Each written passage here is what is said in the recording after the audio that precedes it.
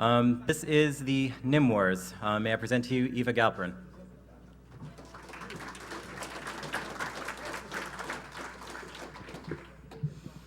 Hi there. My name is Eva Galperin. I am the International Freedom of Expression Coordinator at the Electronic Frontier Foundation. How many of you here know what EFF is? Oh, that's what I like to see. So I don't have to explain. I spend a lot of my time trying to keep journalists and activists and dissidents all over the world from getting killed because of things that they say online. And one of the most important tools that we have in our toolbox is anonymity and pseudonymity. So I'm here to give a talk today about sort of the development of pseudonymity online over the last couple of years, what has happened to it and where I think it is going. You can follow me on Twitter if you have a sudden urge to do so. I'm Evaside. So we're going to start with the super, super easy stuff. We're going to get that out of the way. My slides are not showing. This is a sad story.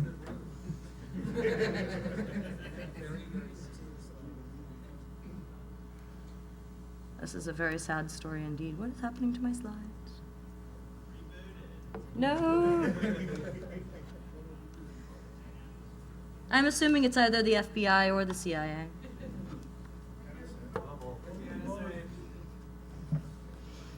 Any day now. Yes, please.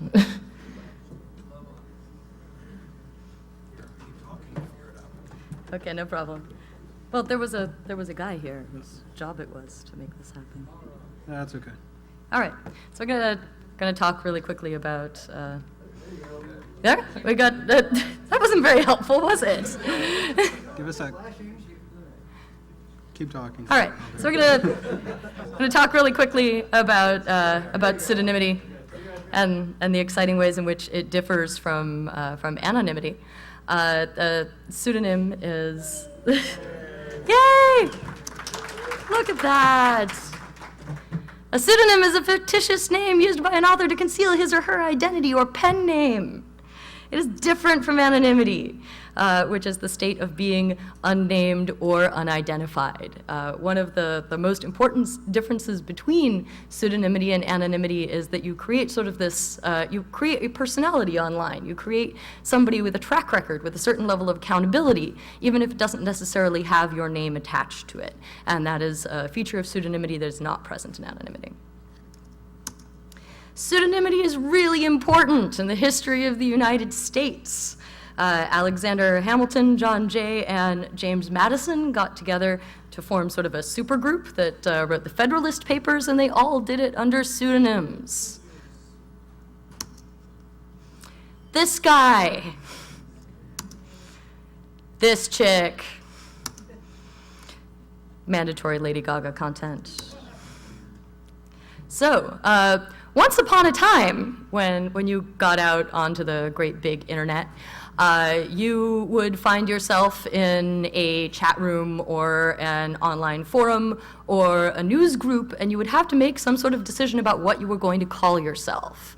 Now, most people did not use their full names or even their first names, largely to prevent name collisions, which led to this culture of pseudonymity. Some notable pseudonyms are Scud, who may or may not be here, Nedek, whom I know is here, Moot, who founded 4chan, some guy named Emmanuel Goldstein, Barnaby Jack. Generally, people who are interested in computer security tend to be very interested in exploring the internet using pseudonyms because they are concerned about not necessarily having their name attached to their work, which may in some ways be controversial. Now, not all pseudonyms were appropriate for every forum. The pseudonym that you use on your local MMO is not necessarily the pseudonym that you're going to be using for a forum about exchanging recipes. It would just be kind of weird. And everybody understood this until All right, so the internet, it lets you play with your identity. There's a very famous cartoon on the internet. Nobody knows you're a dog. The problem with on the internet no one knowing that you're a dog is that sometimes this whole play with your identity can go wrong. About a year ago today, there was a scandal involving Amina Araf, who blogged for 6 years. She maintained a blog called A Gay Girl in Damascus. So as far as pseudonyms go, this was a pseudonym with a great deal of credibility. She was writing about sort of gay culture in Syria, which was controversial, and she wrote in a really stirring and interesting way. Furthermore, not only did she write in her own blog, but she would comment in other people's blogs, and she created sort of this, she was part of this whole community of queer bloggers online, and especially queer bloggers in the Middle East. What is particularly interesting about Amina is that in all of the 6 years that she blogged very passionately about her life in Damascus, no one actually ever met her. And this didn't really set off any concern or ring any bells until a gay girl in Damascus was apparently kidnapped. As a result of this, we discovered this. This is a gay girl in Damascus. His name is Tom McMaster. He's in his 40s. He is not gay. He is not a girl. He is not Syrian. Interestingly enough, when other members of Amina's community came out and talked about how hurt and betrayed they felt that this woman who was telling this important story, who had been quoted in newspapers, there were reporters who claimed that they had actually had physical meetings with her, and it turned out that the meetings had not actually taken place. When these people expressed their sort of outrage that Tom McMaster had decided to masquerade as a gay 20-something living in Syria, this is what he had to say. While the narrative voice may have been fictional, the facts on this blog are true and not misleading as to the situation on the ground. I do not believe I have harmed anyone. I feel I have created an important voice for issues that I feel strongly about. This is his apology. Now, obviously, there are some problems with this, and I think Andy Carvin gave one of the most salient criticisms, which was that when voices like Amina's are so publicly discredited, it creates a cry wolf effect, and it makes it very difficult to take other voices at face value, especially the voices of queer bloggers coming out of Damascus. So in that way, you could argue that he did, in fact, do some harm. And this is one of the things that people are really concerned about when it comes to pseudonymity. That on one hand, people can play with their identities, but on the other hand, they can pretend to be people that they're not. So somehow, having a real name, or what Google later refers to as a name-shaped name, creates greater trust. And that when people exchange real-looking names, that they will take each other more seriously and are more likely to be authentic. Now, I find this argument really interesting because while Tom McMaster did not use his real name, he was using a pseudonym, it was a name-shaped name. This would have passed any standard for Facebook or Google Plus or any social network that has a real names policy. The other thing that social networks are very, very worried about, social networks such as Friendster, Facebook, LinkedIn, Blizzard basically very briefly considered requiring people to use their real names on their support forums, so that anybody who ever Googles you will know about some kind of problem that you had with your level 70 troll mage. And the comment sections of some newspapers also adopted sort of a requirement that you use Facebook logins or a requirement that you use your real name. And the reason that they did this What's trolls? People who run social networks are very worried about trolls, more trolls, these kinds of trolls. And the reason why is what is referred to as the greater internet fuckwad theory. This theory posits that a normal person armed with anonymity and an audience online will behave like a total douchebag. And for, I would say, the last couple of years, this is a theory that has gained many adherents, including Facebook. Facebook did, until recently, have an extremely strict real names policy that required you to use your real name or your account would be suspended. Why do they really do this? Oh, I bet you can guess. Big fat piles of cash. It turns out that if a social network or a company can take all of the information that they have about you, your age, your web browsing habits, the brands that you like, the people that you talk to, the place where you're located, the places where you go, and they can combine that with your real name and say, your credit report, that your identity is worth an enormous amount of money to advertisers. And the more authentic your profile looks to advertisers, the more money the company can sell it for. Now we run into some problems. This is Wael Gonim. He was a Facebook user a couple of years ago who ran a very important Facebook group called We Are All Khalid Said.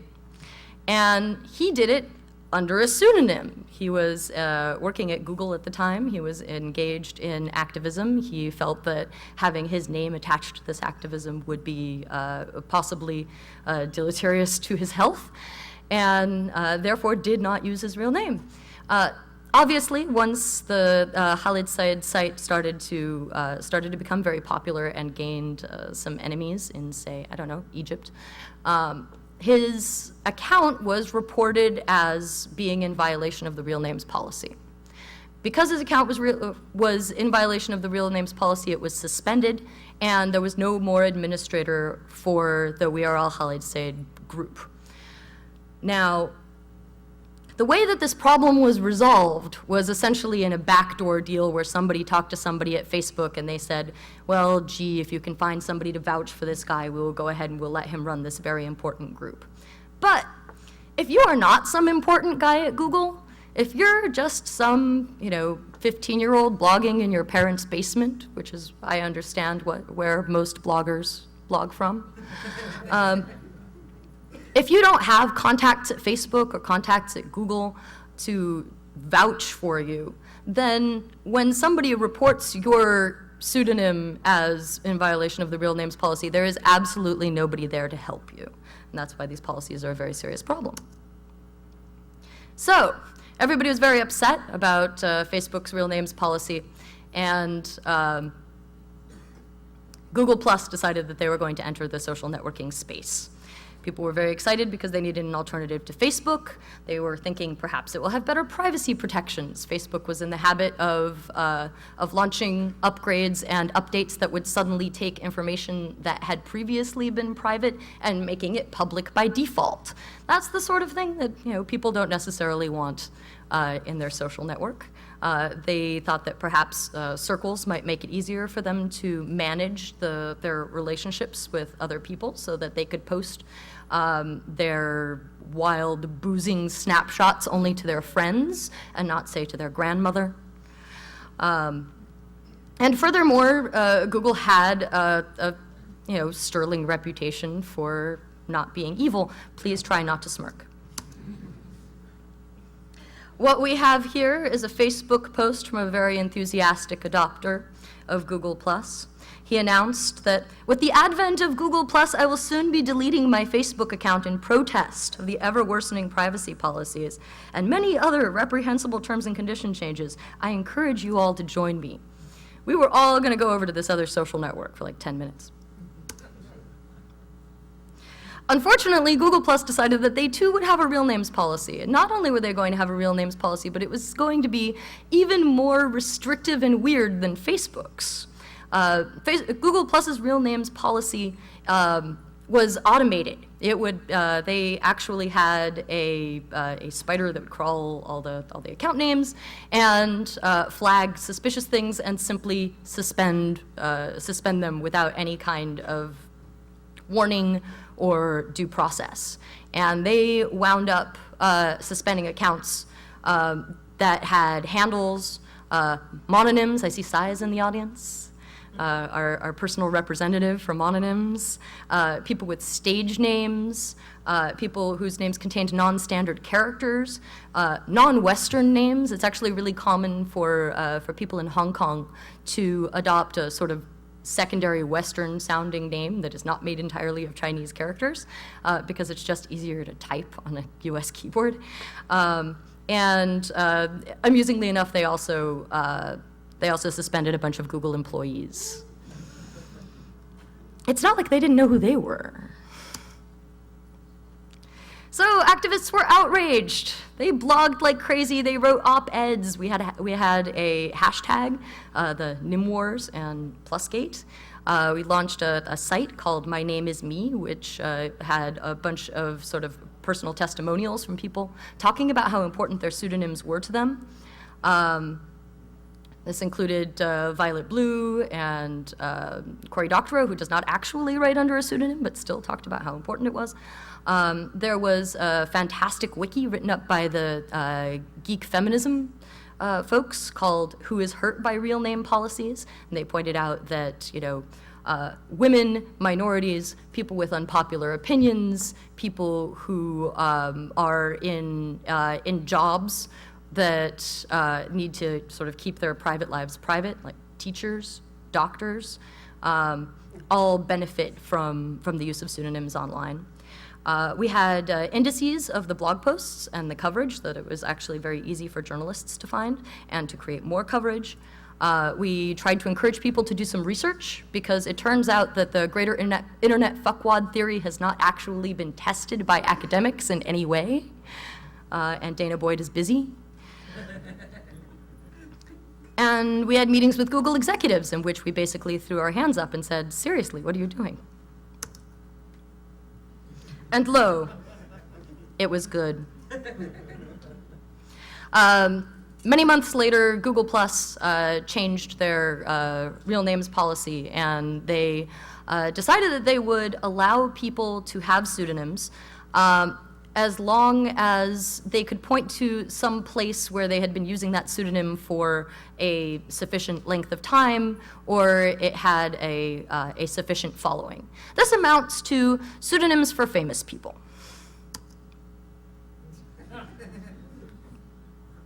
Kind of a winner.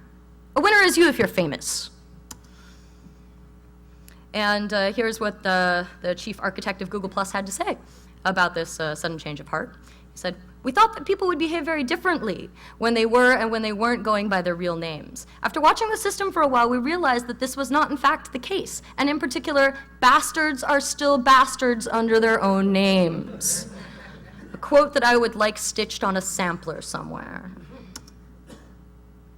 Now, again, there are still some problems with the Google Plus real names policy. They have a preference for name-shaped names. So, for example, Psy is still out of luck with his mononym, and he is still under review. There's no indication of what the threshold is for an existing handle with a sufficient following. But as far as I can tell, it's basically, if you're famous, we'll let it slide. And users whose previous attempts at using NIMs have been rejected don't know that they have the opportunity to try again. So people simply wandered off from Google Plus because it wasn't terribly helpful. Now, I can't see you, but let's make some noise. Make some noise if you actually still use Google Plus. I am going to guess that this is not the entire room. Google Plus's change of heart is really just the beginning of the sort of backlash against real names policies and in defense of pseudonyms. In February of 2012, Facebook launched a very similar policy, whereas they had this very strict real names policy in the past. They now have a real names policy that amounts to, if you're famous, we'll let it slide. This is wonderful for famous people.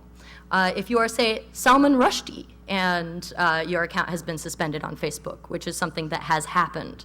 If you are Michael Anti, and you are a Chinese blogger who has published under this pseudonym for many years, including in the New York Times, and you've had your account suspended, this is very useful. But again, if you are a 15-year-old blogging in the basement, where most blogging happens, you are still out of luck.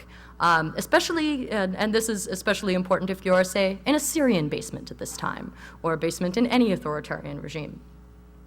So this is not the end, because there are other companies that have found this, have found a niche. They understand that the internet needs pseudonymity, and they need to create tools that allow people to express themselves online in a way that lets them play with their identities. And then you get companies like Tumblr and Pinterest and Disqus, which actually did some research on anonymous and pseudonymous comments and found that they were very useful, though the actual methodology is kind of questionable, so really the jury is still out.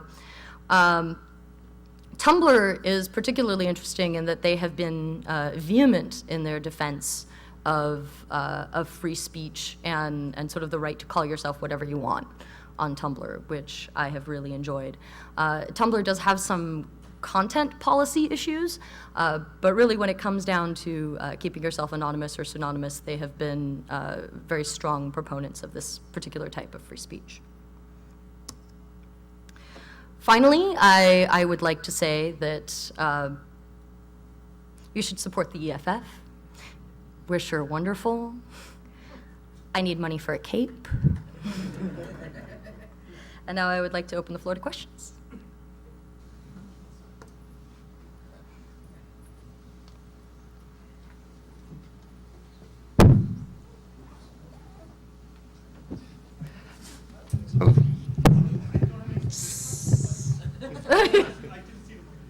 Excellent. Do you know of any examples of networks that are doing it well? Because I've known folks who are like, hey, I'm starting up this social network, and they ask me, it's like, hey, how can I do this in a way that isn't shitty? And I'm like, I wish I had an example to show you. You can read, like I pointed them to there was the Google engineer who did the long posts about what they were, when they changed things and what they were trying to do. And that's the only example I had. I think that the premise behind social networking sites is in some ways problematic.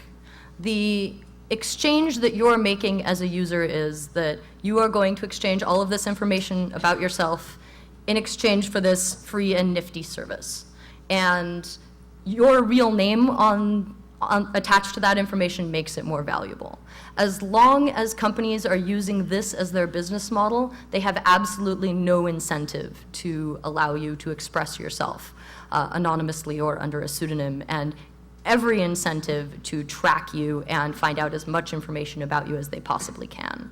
So this business model is highly problematic for activists and people who are concerned about their privacy. That said, there are companies that are not social networks that are doing a particularly good job of this. Twitter will let you call yourself whatever you want. Disqus will let you call yourself whatever you want. Even Google's Blogger platform will allow you to use a pseudonym. Same goes for, I think, Posterous and Pinterest and Tumblr. Sort of this whole new generation of sharing platforms is largely supportive of pseudonymity, which I think is a very good sign. So this is not so much just a question, but a comment, and I'd love to hear your comments on it as well. I was born with an excruciatingly common name, and so pseudonyms for a person like myself is a way to actually be noticed and not hide some of the content that I want to have found. So I don't know, I just wanted to hear your comments on that in the context of everything you've been speaking about. Well, again, I think that one of the things that pseudonyms empower us to do, rather than being sort of forever wedded to our real names, is that we become empowered to decide how much of ourselves we want to share with the world. And that's a flexibility we simply don't have in a world in which our real names are attached to everything that we do online. I'd like to kind of whip out the F word now and say Facebook. I'm seeing what Microsoft, as it kind of rose to become a monopoly here, people assume certain things that, like when you hand them software, it's on a Microsoft platform. When you hand a document, it's in Word format. I'm seeing the same kind of thing with Facebook, with logins, connectivity. Hey, you know, get in touch with me on Facebook.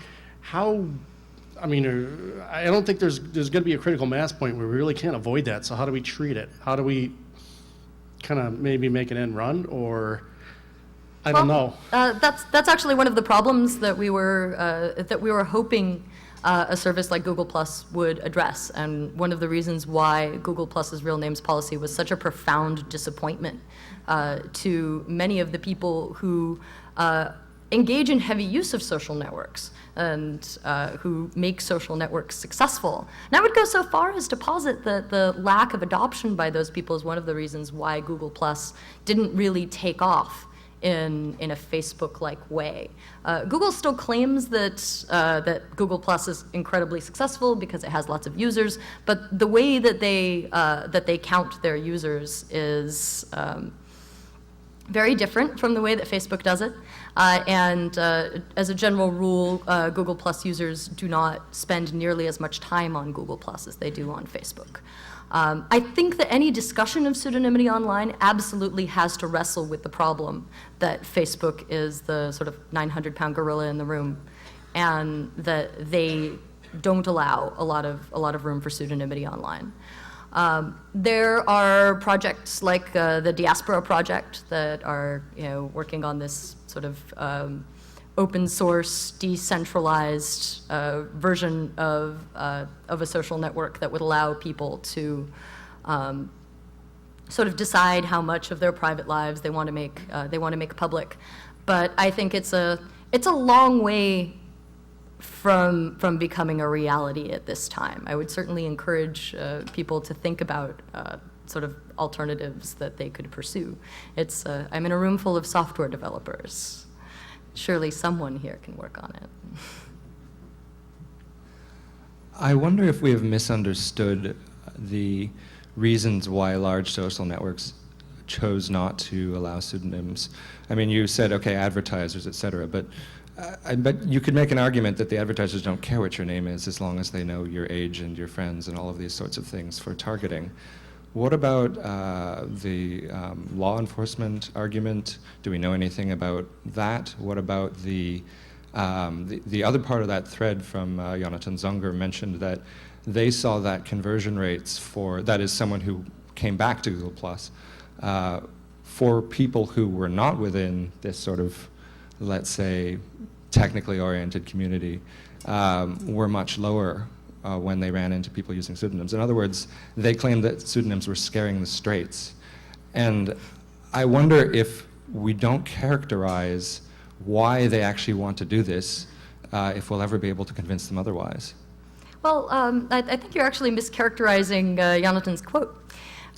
He said specifically that people were turned off when they saw non-name-shaped pseudonyms, when they saw, you know, Nedic23 instead of John Adams, not to pick on that guy over there.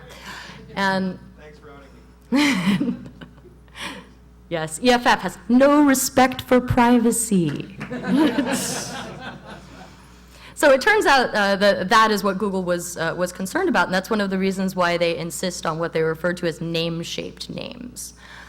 You could also argue that advertisers aren't concerned that they have your real name. They are concerned that they have something vaguely name-shaped that sounds plausible. And as non-technical people, that they are also turned off by random strings of letters and numbers that may or may not be traceable back to an actual human being.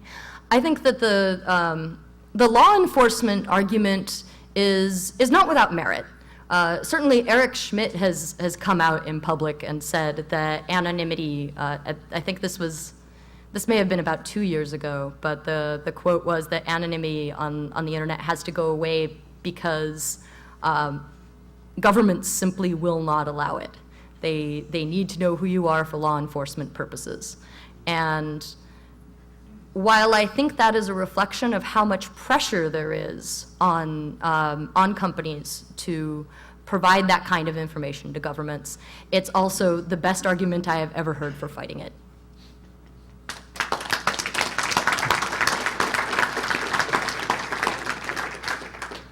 This is more of a general comment than a question, but I think another angle to all this is becoming more and more evident as we have things like the ability on news sites or blogs to sign in with your Facebook login and post a comment. And like Google recently started pushing Google Plus users to start YouTube accounts or convert their existing ones to use their real name as on Google Plus rather than the YouTube username.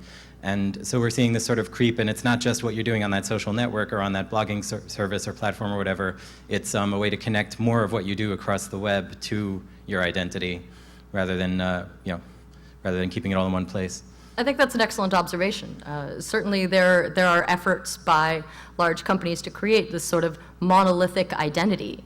And there is a very interesting related problem that happens when a company that allows pseudonyms or anonymous accounts is purchased by a company that insists on real names policies. What happens to all of those accounts? And you can see something very interesting happening with this conversion process that's happening between Google Plus accounts and YouTube right now, where you have the option to sort of merge your Google Plus account, which presumably has your real name on it, and your YouTube account, which you may have made, 5, 6, 10 years ago, and contains some sort of other pseudonym. I do appreciate that Google did not do this automatically and did not automatically opt people into merging these two accounts. So you have a choice. But I think that is definitely a trend that we'll be seeing more of in the future. Any more questions? Have we solved the problem of pseudonymity on the internet? Well, one more question. So, All right. how does the rubber meet the road? What influence can the EFF specifically? How does the EFF exert influence over these private companies with their private social networks that they're creating? How can we affect what they do? Well, there are a couple of different things that we do. One of the most noteworthy is something very similar to what happened to Wael, which was that some important person who really needed to maintain their anonymity online, working from an authoritarian regime towards political goals, gets suspended on Facebook, and he calls us. And then we call Facebook, and we say, hey, let this guy back on. And they say, well, I guess. But here's the thing. I don't scale. And if you don't know who I am, and you can't call me, and you don't know that you have a choice, I can't help. And that's one of the most important reasons why the policies need to change. And this continued sort of backroom deal, we help you piecemeal policy is simply not working. We need to have good policies in the first place, not policies that we just kind of fix ad hoc. So I guess I was wondering if you think that there's also a good reason for enforcing real names, or at least wanting to have like a good reason for pseudonyms, because isn't it kind of annoying on a social network to see people you know by one name going by another, and kind of breaking reality from what exists on the social network? I don't think that my annoyance or feeling that reality has been broken in some way is enough of a reason to impose on someone else's decision about how they want to present themselves online. Well, more like that you would prefer that there's a good reason or that they have a reason, not just. I don't think because they have to they're, like- justify themselves to me. I mean, well, yeah. I mean, I'm saying that like if you're trying to connect real people with their real friends, that there's some sort of like human desire to kind of have everyone kind of fit into the same ball that you put them in the rest of the time, even on the social network. I mean, just to be a devil's advocate. And certainly the desire exists, but it is not enough of a reason to take choice away from users. I mean, of course. There are so many very strong arguments for allowing people to choose how they present themselves online that I don't feel they are outweighed by, but I find this really annoying. I am perhaps taking a cheap shot. Yeah. Well, I mean, I'm just trying to be a devil's advocate for, because I mean, people have all these desires for a community, but they don't necessarily, always like being in a community. So we should force them to be in communities? I think that we need to give people the choice too, but that people push back against it because they like, John to be John and not John to be John, except on Facebook where he's like, Bob, some other name. It is true that there are people who like that. Thank you for your comment. I can't help but notice that your comment is very, very parallel to the arguments that were made early during the Nymwars, where both from Google and from sycophants saying that if you don't use your real name on Google, then how are your friends going to find you? And I would say that— He says at a hacker convention. Yes, and I would say that this is exactly backwards. If you aren't allowed to use whatever name you want, then how are your friends going to find you? Because, for example, I don't know how many of you know Aesthetics. He's one of the guys here. I happen to know his legal name, but most people don't, and I never call him that. And if I went looking for him, it's not what I would look for. And if he wasn't allowed to go by Aesthetics, I would not be able to find him. And I think that that argument is an argument against requiring people to use some particular name that they don't want to use. Finally, there are people who do not use their real names for safety reasons. And when you create a social network that requires people to use their real names just for your overall comfort, what you're doing is you're not making an inclusive network. You're making a network only for people who don't have safety concerns, only for people who are who don't have minority opinions, or who have never done anything controversial, or who have nothing to lose. And I don't think that you can really build an inclusive network without giving people this kind of choice. This is kind of another devil's advocate question. Awesome. I was wondering, every little battle is important, but considering how our privacy is being invaded from so many other angles, why do we draw the line here and not somewhere else? Or why should we fight this battle and not focus our energy on another one? Well, as it turns out, it's not a zero-sum game. If we spend our energy fighting real names policies online, we do not lose out on energy to fight invasions of privacy by corporations, or people spying on us because websites use straight HTTP instead of HTTPS by default. We can do all of these things at once. And I submit as Exhibit A at the Electronic Frontier Foundation, where we do, in fact, do all of these things at once. I do think that this is an especially important issue because activism will always happen in the place where many people congregate. And for better or for worse, in some ways, Facebook became that place. There is a Tunisian activist named Sami Ben Gabria who described the way in which the Tunisian government slowly but surely shut down or blocked just about every method of communicating and sharing videos with masses in Tunisia aside from Facebook. Facebook was the only platform in which they could sort of conduct their revolution online, and that's the reason why it was so essential to the revolution. I think that if Facebook and Google and other large companies are going to be the battleground where these things happen, then we absolutely need to face them because people's lives are at stake. No, thank you. Okay, I don't know anything about law at all, and I don't even know if it makes sense, but it sounds like there needs to be a legal right to privacy online, and that may be like one of the only ways to get companies that have financial incentives to prevent you from doing that to help. I mean, is that possible? Is that something that people should fight for? Well, we run into a problem with the First Amendment. Okay. You see, while on one hand, you have a First Amendment right to call yourself whatever you want, Okay. the company which is hosting your speech has a First Amendment right to host whatever kind of speech they want, Right. and Yeah. to set the Yeah. rules however they want.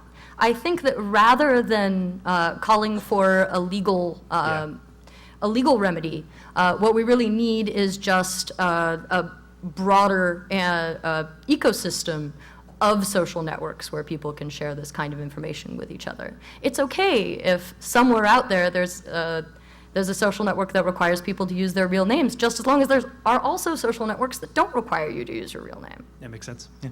Okay. Thanks. Is there any privacy reason why names need to be globally the same for every viewer of a system? Like if I have Aesthetic's real name in my phone because I know him under that other name, it doesn't hurt him that I have him saved under that name in my phone book. There's no reason why at the presentation level, if I'm logged into Facebook, if I see his name that is a non-name shaped name, it doesn't appear. I could save a local nickname for him and have it display that way, which solves the problem of users not liking pseudonyms that are chosen by other people. Is there any privacy concern with that, or?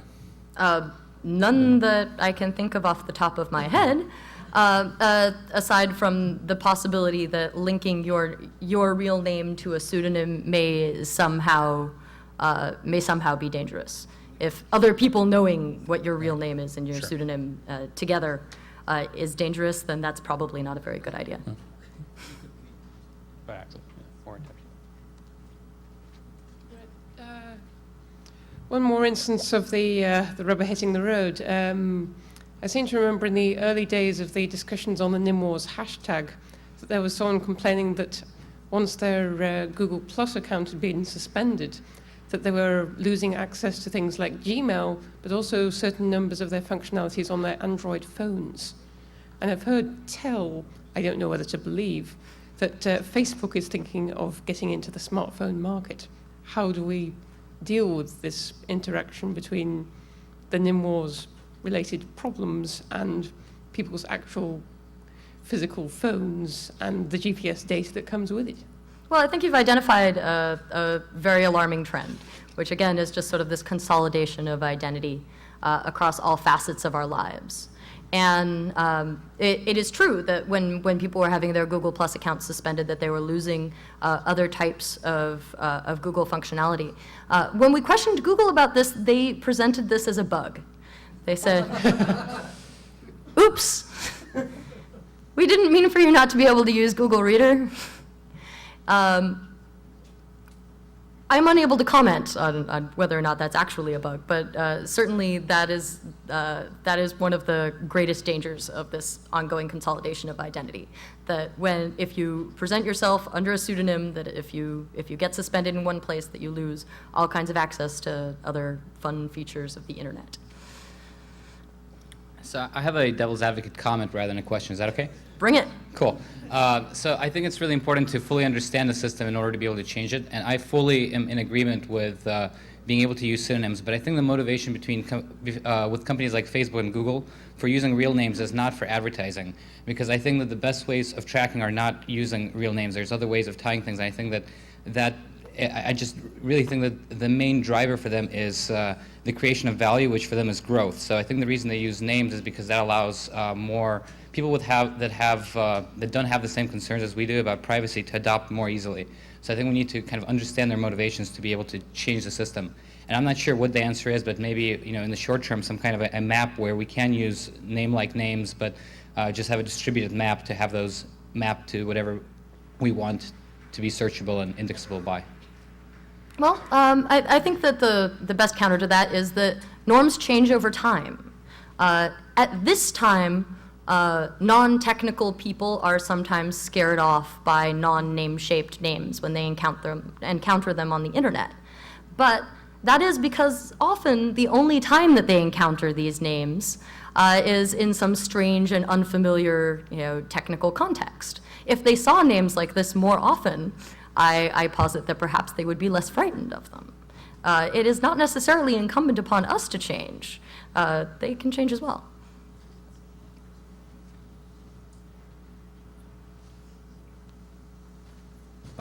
I think we as a community really get these issues, but I'm sure many of us have friends who aren't technical users. How do we open a dialogue with our friends and family who don't understand these issues and explain to them why this is so important? Well, often the reason why people don't understand why pseudonymity on the internet is so important is because it's not important to them. It does not impact their own lives, and so they have difficulty thinking of a use case in which using your real name online would be embarrassing or unpleasant or life-threatening. So generally, the way that I approach this is by presenting them with use cases. You may be comfortable using your real name online for everything you do, but imagine, if you will, that you're a woman with a stalker, or you are a dissident in China, or you are a hacker at a conference in New York. There are many, many reasons why people want to protect their names. And usually, once you bring up these other use cases, it's very helpful. Usually that's true, but sometimes I've encountered people who still just don't seem to care. Anything you might suggest for that situation? Well, it depends on the basis of their not caring. There are people who don't care because it doesn't matter to them that a service or that the internet it might not be for everyone, in which case you address that issue. There are people who simply cannot empathize with people who are not like themselves, in which case they should seek therapy. So yeah, it's really all about sort of getting to the root of the criticism and finding out why they still don't care. Thank you. No problem. So it seems like the compromise that Google came up with of just giving pseudonymity to famous people doesn't really necessarily meet all the needs of, say, activists or a whole other swath of people. Do you have plans to push further to go to a place where there's full pseudonymity? Yes. There's absolutely no doubt that I was displeased by Google Plus's compromise, and also by the compromise that Facebook finally reached in regards to pseudonymity, precisely because it amounts to a two-tiered system in which you can have a pseudonym provided that you are sufficiently famous. The sort of people that I generally defend at work are not famous, and they need help. At the same time, I am not sure how much further we can push these companies. They feel that they have already made a compromise. And frequently what I do is I suggest that people who are really concerned about their privacy online, or concerned about maintaining their pseudonymity because their lives are in danger, should avoid these networks with very serious real names policies. It's not the world's most useful advice, because, as I said, most activists go where the people are, and if you tell them don't go where the people are, they'll probably still go anyway. So this is a problem that continues. More research is needed.